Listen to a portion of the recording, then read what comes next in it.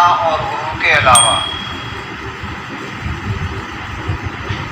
अगर हम किसी अन्य वस्तु को या अन्य व्यक्ति को सम्मान देते हैं तो सम्मान देना तो ठीक है, परंतु माता पिता को त्यागना और गुरु को त्यागना ठीक नहीं है। जहाँ से हमारा जन्म और जीवन शुरू होता है, प्रारंभ होता है, वह मुख्य देवता माता पिता और गुरु ही होते हैं। एक हमारे जन्म का दाता, एक हमारे पालन करता और एक जीवन की राह दिखाने वाला। ये तीन कार्य मनुष्य के जीवन में एकदम विशेष महत्वपूर्ण है। जन्म है तो पालन है, पालन है तो कार्य है, और कार्य है तो जीवन है। इसलिए सबसे पहले पूजनीय माता पिता और गुरु ही होते हैं। बाकी सम्मान करना कोई बुरी चीज नहीं है, कोई बुरी बात नहीं है, बुरी वस्तु नहीं है। सम्मान छोटों का भी करो, सम्मान बड़ों का भी करो। संसार में अगर जीवन है तो प्रेम के साथ हमें जीना है। हमारे अंतर में किसी के प्रति अगर प्रेम नहीं है तो हमारा जीवन मानवीय नहीं है। मनुष्य के प्रेमहीन जीवन से तो पशुओं का जीवन ठीक है। पशु एक दूसरे को प्रेम कर लेते हैं, वो चाहते हैं, और पशु भी एक दूसरे की मदद कर लेते हैं।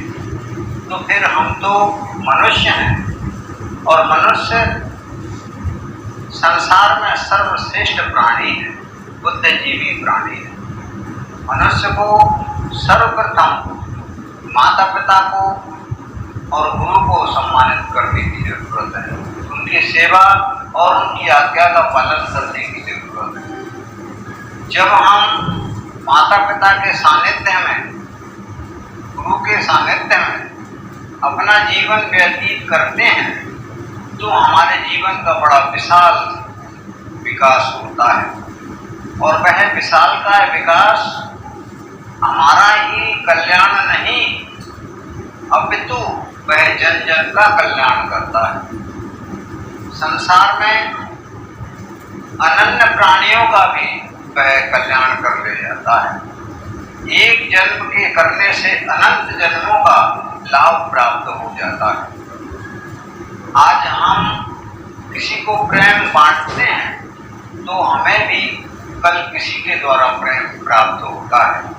हम माता पिता की सेवा आज करते हैं, आने वाले कल में हम भी किसी संतति के बालक बनेंगे, जन्मदाता बनेंगे, हमें भी वही सम्मान प्राप्त होगा। आज हम माता पिता का अनादर करेंगे, गुरु का अनादर करेंगे, तो हमारे जीवन में कभी सुख प्राप्त नहीं हो सकता। हम और हमारा जीवन दुखों में, कष्टों में और रोते रोते ही गुजर जाएगा। हम उस सुख को खोजते खोजते मर जाएंगे, परंतु वह सुख प्राप्त नहीं हो पाएगा। क्यों? इस संसार में मनुष्य के लिए केवल और केवल कर्म की खेती करना है। हमारा कर्म नेक है, हमारा कर्म सत्य है, तो हमें सुख प्राप्त अवश्य होगा। जब हम कर्महीन हैं और कर्म अगर कर भी रहे हैं तो वह हमारे मानवीय कर्तव्य के विपरीत है, तो वह हमें सुख कैसे भी नहीं प्राप्त होने देगा। जब भी हमें प्राप्त होगा तो दुख प्राप्त होगा। कितनी हम भक्ति कर लें, कितनी पूजा पाठ कर लें, कितनी ध्यान साधना कर लें, परंतु हमें सुख प्राप्त नहीं होगा। दौलत के पीछे दौड़ना, संपत्ति के पीछे दौड़ना, संतति के पीछे जो दौड़ना, मोह माया में पड़कर जीवन को व्यस्त करना, वह जीवन नहीं है।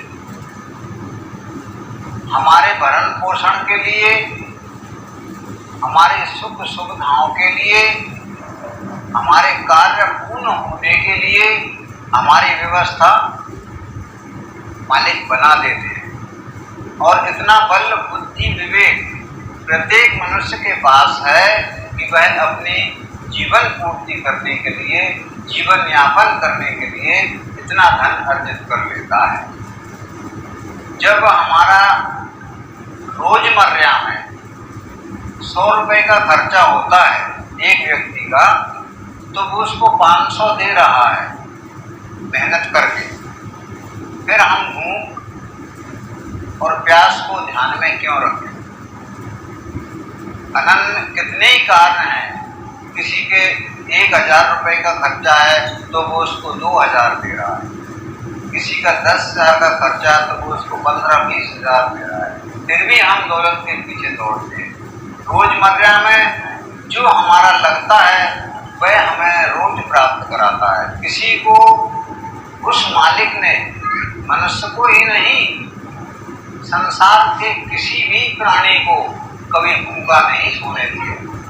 जहाँ वह किसी प्रकार का प्राणी हो, कीट पतंग हो, भ्रंग हो, कण पाषाण हो, पेड़ पौधा हो, पशु पक्षी हो या मानव हो, उसने कभी किसी को भूखा नहीं सुलाया और ना ही भूखा सोने देता है।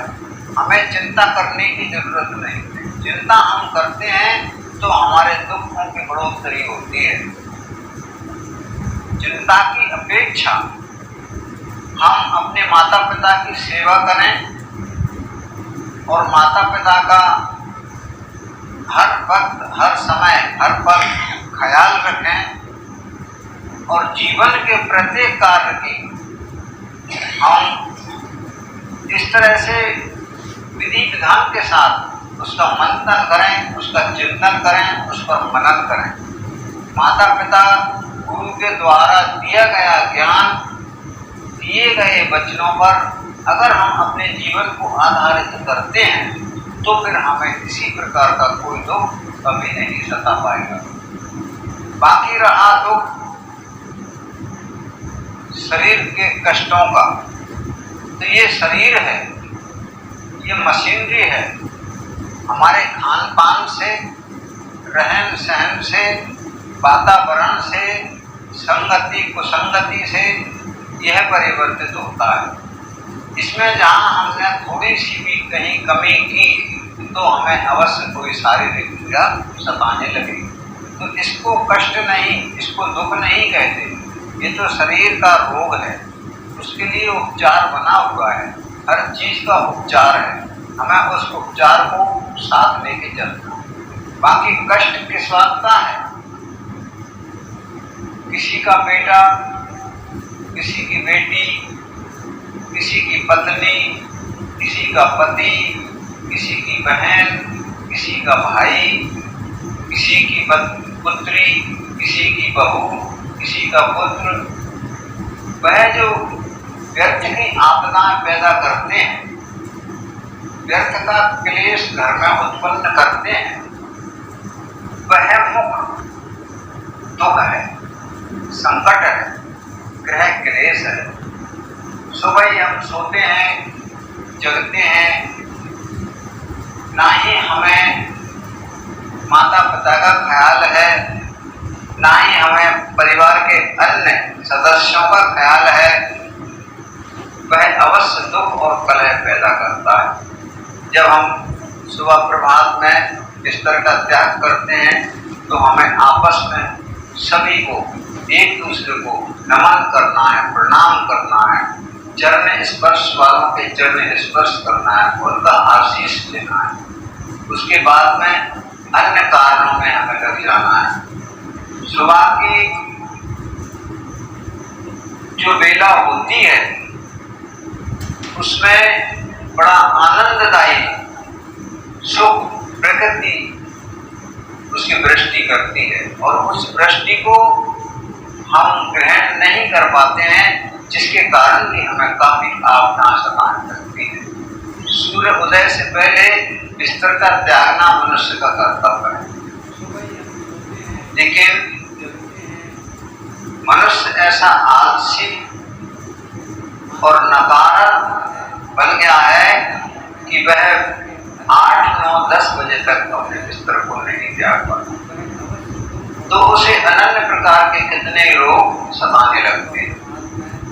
आज खून है, रोग दबे हुए हैं, कल खून उतरेगा, रोग बढ़ेंगे और सर पे चढ़ेंगे। ग्रह क्लेश तो मिटा नहीं, एक क्लेश पैदा और हो गया। ग्रह क्लेश मिट जाएगा, आपके समस्त रोगों का सफाया हो जाएगा। अपनी जो दिनचर्या है उसे संभालना हमारा सर्वप्रथम धर्म है। माता पिता की सेवा करना हमारा सर्वप्रथम धर्म है। गुरु आज्ञा का पालन करना हमारा सर्वप्रथम धर्म है। आपस में प्रेम से व्यवहार करना हमारा सर्वप्रथम धर्म है। आदमी आता है और भी अन्य प्राणी आते हैं, इस संसार में बहुत आए और इस संसार से बहुत गए। कुछ चले गए, कुछ जाने को तैयार बैठे हुए हैं। सबको जाना है, सबका खात्मा होना है। इसमें किसी को अमरता का वरदान नहीं है।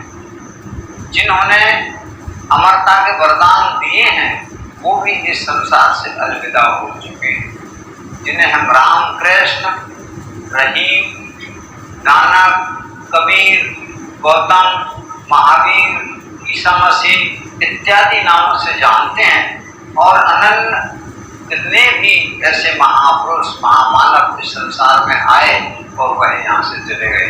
तो हम और आप सभी साधारण मनुष्य हैं, साधारण व्यक्ति हैं, साधारण जन हैं। हमको भी यहाँ से जाना है। जब हमें जाना ही है, इस बात का हमें पता है और यह जीवन का सत्य है, तो क्यों ना हम प्रेम पूर्वक अपने जीवन को गुजारें। क्यों हम ग्रह क्लेश तैयार करें।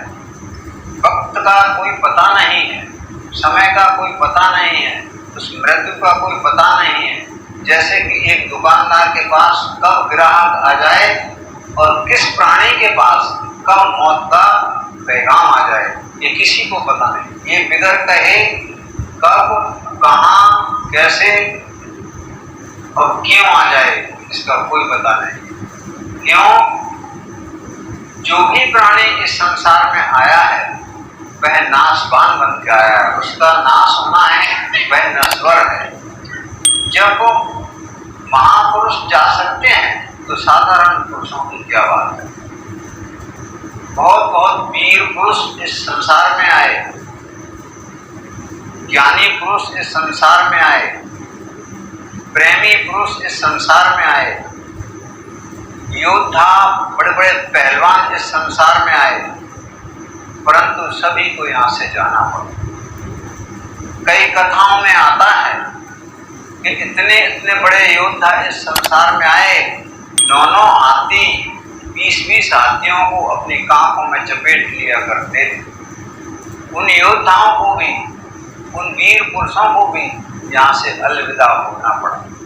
सुनने में आता है कथाओं में, वह ब्रह्मा विष्णु महेश जिन्होंने सृष्टि की रचना की, एक ने पालन किया और एक ने संहार किया। वह राम कृष्ण इतने बड़े बड़े वीर पुरुष, बलवान पुरुष और धरती की संरचना करने वाले, प्रत्येक प्राणी का पालन करने वाले, प्रत्येक समूचे संसार का नाश करने वाले, उन महापुरुषों का भी नाश हो गया। वह भी नश्वर थे, वह इस संसार में नहीं बच पाए, वह अमर तत्व को प्राप्त नहीं हो पाए।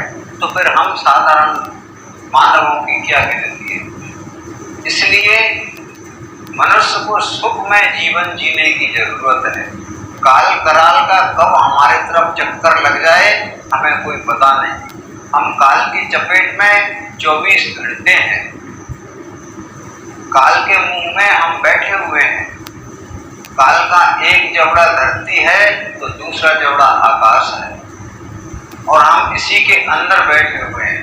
हमें ऐसा प्रतीत नहीं हो रहा है कि हम काल से दूर हैं, परंतु मानते हैं हम, अहंकार में कहते हैं तुझे देख लूंगा, तुझे देख लूंगा। देख लूंगा तो उसको देख और उससे व्यवहार कर, दुश्मनी मत कर, प्रेम कर। प्रेम के साथ भी किसी को देखा जा सकता है, प्रेम के साथ भी किसी से व्यवहार किया जा सकता है। साथ में कुछ जाता नहीं है। एक पैसे से लेके अरबों खरबों तक हम इकट्ठा कर लें, हमारे साथ एक पैसा नहीं जाएगा। सभी को पता है कि जब अंतिम समय आता है तो यहाँ से बड़ी धूमधाम से पालकी बना के, डोली बना के उस मृत शरीर को, नश्वर शरीर को शमशान तक ले जाया जाता है। दिखाने के लिए पताके लगाएंगे, केले के पत्ते लगाएंगे, डोली को सजाएंगे, नवीन कपड़े पहना के ले जाएंगे, जेब में कुछ रुपए पैसे रख लेंगे, कुछ सोने चांदी के आभूषण पहना देंगे, 4 लोगों को दिखाएंगे, शमशान में उतारेंगे, निकालेंगे। अरे फलाने व्यक्ति की जेब में इतने रुपए निकले, इतना सोना पहने थे, इतना चांदी पहने थे। बस वहीं तक उस बात को वक्तव्य करेंगे। अंत में आंखों के सामने देखते देखते देखते देखते सब उतार लिया जाएगा। एक धागा भी अगर हम पहने हैं उसको भी काट दिया जाएगा। नग्न अवस्था में हमारा ये संसार अपने जीवन को धन्य कर लेते। दान पुण्य वो नहीं कि किसी कथावाचक को 5 लाख देके हम एक कथा बचवा दें या किसी मंदिर का निर्माण करवा दें या जुए सट्टे में लगा दें। नहीं, हमारी आंखों से ओझल नहीं है वो लोग जो नितांत गरीब हैं, जो नितांत गरीब हैं, जिन्हें वास्तविक भोजन की जरूरत है, जल की जरूरत है, वस्त्र की जरूरत है, सर छुपाने के लिए छत की जरूरत है। भूल गए हैं तो उन्हें रास्ते की जरूरत है। कोई पथ प्रदर्शन कराए और वह निरक्षर है तो उसे शिक्षा का दान दिलाया जाए। ये दान करना बहुत अनिवार्य है। इससे एक परिवार नहीं, अनंत परिवारों का कल्याण हो जाता है और हमें भी उसका पुण्य फल प्राप्त होता है। अब हमारी नीति और नियति में तो ऐसा आता है कि पड़ोसी रोटी अगर खा रहा है तो ये कैसे खा रहा है। करोड़ों इकट्ठा करके रखने के बाद भी हमें पड़ोसी से ईर्षा है, जलन है, द्वेष है, राग सता रहा है। ये क्यों रोटी खा रहा है? बल्कि मनुष्य का कर्तव्य है कि वह पड़ोसी को पूछे कि भाई आज तेरे घर में खाने की व्यवस्था है कि नहीं। वह प्रेम से उसके साथ व्यवहार करे। प्रेम पूर्वक एक शब्द उससे पूछ लिया जाएगा तो उसकी आत्मा स्वतः ही तृप्त हो जाएगी, उसकी भूख मिट जाएगी और वह प्रसन्न हो जाएगा, खुश हो जाएगा और उस पड़ोसी की वह मान बढ़ाई करेगा, सम्मान करेगा, उससे वह भी प्रेम करने लगेगा। जब एक दूसरे का प्रेम एक दूसरे तक पहुंचेगा तो आपके प्रेम की परछाई, वह छाया अन्य पड़ोसियों के ऊपर भी पड़ेगी, वह भी प्रेम करना सीख जाएंगे। प्रेम ही पूजा है, प्रेम ही परमात्मा है, तो प्रेम करने वाला ही इंसान है। उसी के अंदर प्रेम का अंश है तो परमात्मा का अंश है। यूं तो संसार में लाखों करोड़ों अरबों खरबों जाति प्रजाति के प्राणी जी रहे हैं। कोई हिंसा करके अपने पेट को भर रहा है, तो कोई अन्न कमा के अपने पेट को भर रहा है। कोई जीव को सता रहा है, कोई प्राणी अन्य प्राणी को सता रहा है। परंतु मनुष्य का कर्तव्य पशुओं का सा नहीं है, पशुओं जैसा नहीं है, परंतु उसके बाद भी वह पशुओं को मात करा देता है और पशुओं से बदतर होकर अपना व्यवहार मनुष्य के साथ करता है। वह कैसे प्रेम प्रकट करने देगा, वह कैसे प्रेम उत्पन्न होने देगा? जब हमारे अंदर प्रेम उत्पन्न नहीं होगा, प्रेम प्रकट नहीं होगा, हम प्रेम नहीं करेंगे, तो हमारी संतति पर, हमारी संतान पर, आने वाली पीढ़ी पर प्रेम का रंग कैसे चढ़ेगा? वह सुसंस्कारी कैसे बनेंगे? हमारे कुसंस्कारों को वह जन्म से देख रहे हैं, पैदा होते ही पैदाइश ही हमारे संस्कारों को देख रहे हैं, तो वह प्रेम में कैसे तब्दील हो पाएंगे? जब वह प्रेम करना सीखेंगे ही नहीं, तो वह अपने माता पिता को कभी प्रेम नहीं करेंगे। क्यों? प्रेम की परिभाषा ही नहीं आती। माता पिता ने प्रेम करना सिखाया ही नहीं। जब माता पिता ने प्रेम करना नहीं सिखाया, तो वह अपने माता पिता से भी प्रेम नहीं करेंगे। बाद में जब वही संतति हमारे बराबर की हो जाती है और संतति वाली हो जाती है, तब हमें दुख महसूस होता है कि हमारे संतान हमने इस तरह की नहीं जानी कि ये ऐसी निकलेगी। हे भगवान, ऐसी संतान से तो हमने संतान की। फिर उसके लिए दुआओं की जगह बद दुआएं हम परमात्मा से मांगते हैं, परंतु उस पर कोई असर नहीं पड़ता, कोई प्रभाव नहीं पड़ता है। वो तो सभी को जाना है, उन माता पिता को भी जाना है और उस संतति को भी जाना है। आज दुआएं दे लो या बद दुआएं दे लो, जाना तो सुनिश्चित है। जब जाना सुनिश्चित है, इसी बात को ध्यान में रखते हुए हमें प्रत्येक प्राणी से प्रेम करने की जरूरत है और सतत प्रेम करने की जरूरत है। लोग भटकते हैं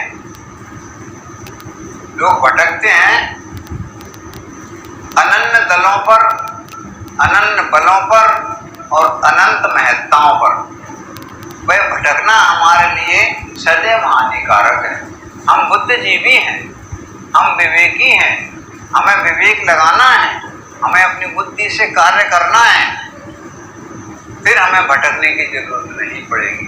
हमने किसी से 4 बात ज्ञान की सीख ली और कहीं भी बात को छेड़ दिया, सत्संग बना दिया, उसमें बहस प्रारंभ कर दी, दुश्मनी खड़ी और कर दी।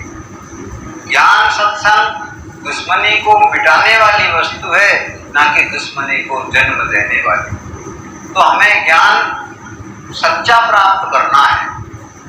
सच्चा ज्ञान जहाँ हमें मिलेगा, सच्चा सत्संग जहाँ हमें मिलेगा, सच्ची सोच विचार जहाँ हमारे अंदर प्रवेश कर जाएगी, तब हमारे समस्त कष्टों का नाश स्वतः ही हो जाएगा। अब हमें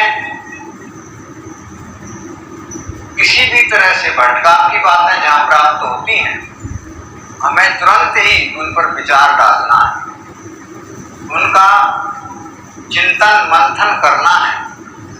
अगर हमारे योग्य हैं, हमारा कल्याण करने वाली कल्याणकारी बात है, तो फिर हमें उस पर मंथन करना है और उसका रस निकालना है। चिंतन मंथन से मनन करना है, मनन से रस निकलेगा, रस निकलेगा, हम स्वरस को प्राप्त करके आनंदमय बन जाएंगे। फिर हमें भटकने की जरूरत नहीं पड़ेगी। छुपा वेद में भेद, प्रत्येक वेद में भेद छुपा है। जब वेद में भेद है, तो हमें उस वेद को जानने की जरूरत है। केवल वेद का स्वाध्याय करना नहीं। छुपा वेद में भेद, अब भेद विद कैसे हो गए ज्ञान। हमने वेद को पढ़ा, सुना, परंतु समझा नहीं, उसके अंदर क्या रहस्य छुपा है उसको जाना नहीं, उसका मनन चिंतन किया नहीं, तो फिर हमें ज्ञान प्राप्त कैसे होगा। इसलिए वेद शास्त्रों को स्वाध्याय करने के लिए ही नहीं बनाया, उनके अंदर छुपे उस रहस्य को जानने के लिए और उसकी सच्चाई से हमें अवगत होने के लिए और उससे हमें लाभान्वित होने के लिए वह वेद शास्त्रों की रचना की गई। वेदों में कमी खोजने वाले लोग कमी भी खोज लेते हैं, परंतु वह कमी सत्य है कि असत्य है, इस पर उसने विचार नहीं किया, इस पर उसने विचार नहीं किया, उठाया मुंह पटक दिया। नहीं, उसको समझो, उसको परखो, उस पर चिंतन करो, उसका मनन करो, उसका मंथन करो, अवश्य उसका रस तुम्हें प्राप्त होगा।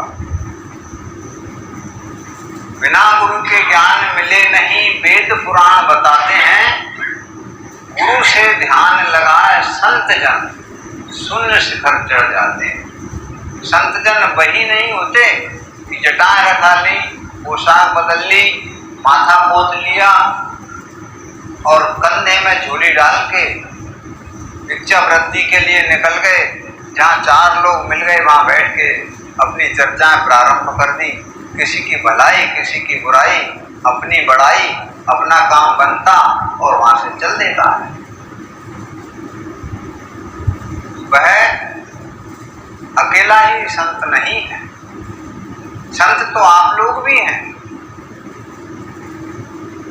ज्ञानी पुरुष आप लोग भी हैं। आपके बीच से ही संत बनते हैं, आपके बीच से ही महंत बनते हैं, आपके बीच से मंत्री बनते हैं, आपके बीच से राजा बनते हैं और हमारे ही बीच से रंक बन जाते हैं, हमारे ही बीच से भिखारी बन जाते हैं। तो ये सब क्या है? कहीं ज्ञान का प्रभाव है तो कहीं ज्ञान का अभाव है। हमें ज्ञान के अभाव को मिटाना है संगति करके, सत्संगति करके, सुसंस्कारी बन के, माता पिता के पुजारी बन के, गुरु के आज्ञाकारी बन के हमें अपने जीवन को धन्य बनाना है। और अपने जीवन के साथ साथ हम अनन्य लोगों का भी कल्याण अगर कर सकते हैं तो फिर हमसे बड़ा पुण्य शायद किसी ने नहीं किया। हमें अपने जीवन में अपने ही साथ साथ अपने मानव समाज का ही नहीं, प्रत्येक प्राणी के भलाई के लिए, प्रत्येक प्राणी के कल्याण के लिए कार्य करने की जरूरत है। पेट सभी का भर रहा है, भूखा कोई नहीं मर रहा है। हमें आज माया मोह लोग इतनी बुरी तरह से जकड़े हुए हैं कि लोभ के कारण हम अपने आप को मिटा देते हैं, अपनों को मिटा देते हैं, परंतु वह लोभ, लालच, माया हमारा पीछा नहीं छोड़ती। माया से, लोभ से, लालच से, आशा और तृष्णा से वही व्यक्ति बच सकता है जिसके पास सच्चा ज्ञान है, जिसने वास्तव में ही ठान लिया है कि मुझे अपने जीवन को धन्य बनाना है। मैं नग्न अवस्था में संसार में आया था, नग्न अवस्था में मुझे संसार से विदा होना है। मेरे जितने कार्य शेष हैं वह सब पूर्ण हो रहे हैं और मेरे बाद भी पूर्ण होंगे। मुझे उनकी चिंता, उनकी परवाह ना करते हुए अनन्य मनुष्यों की, अनन्य प्राणियों की, मानव समाज के उत्थान और कल्याण के लिए कार्य करना है।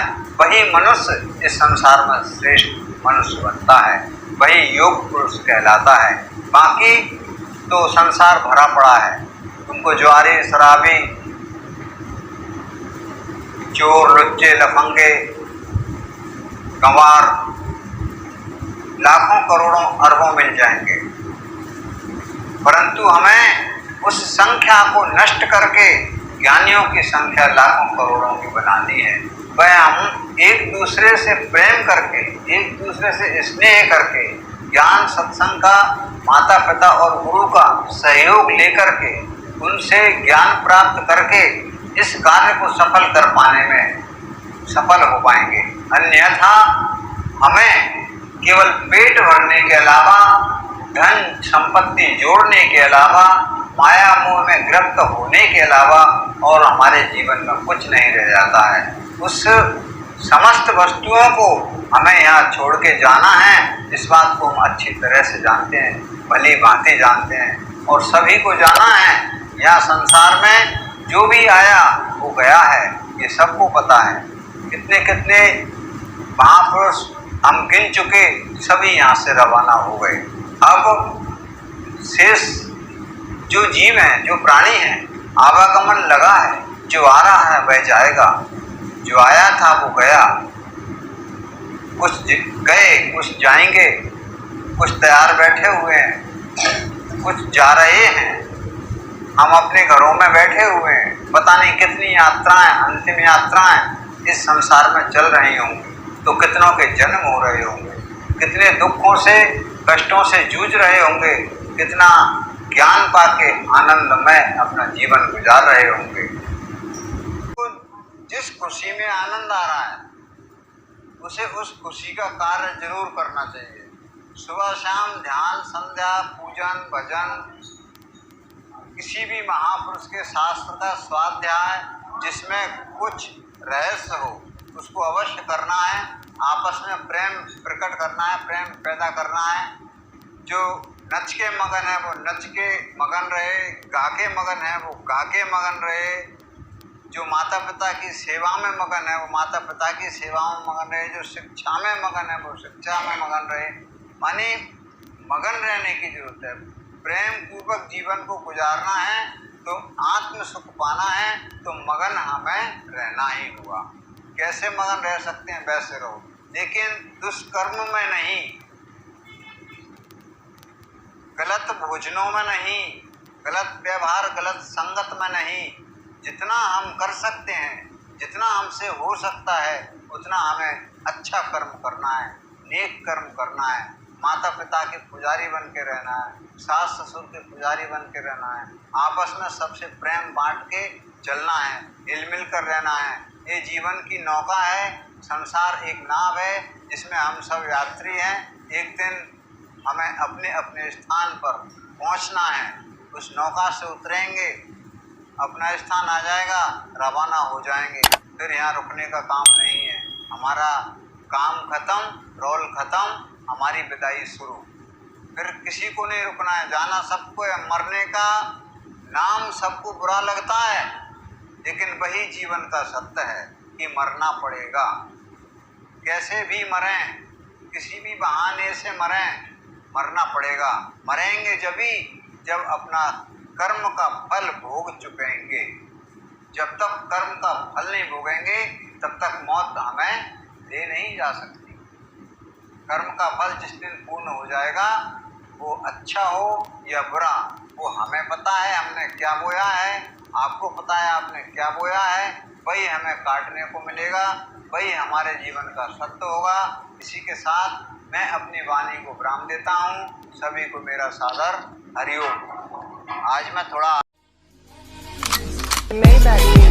Can anybody out there hear me?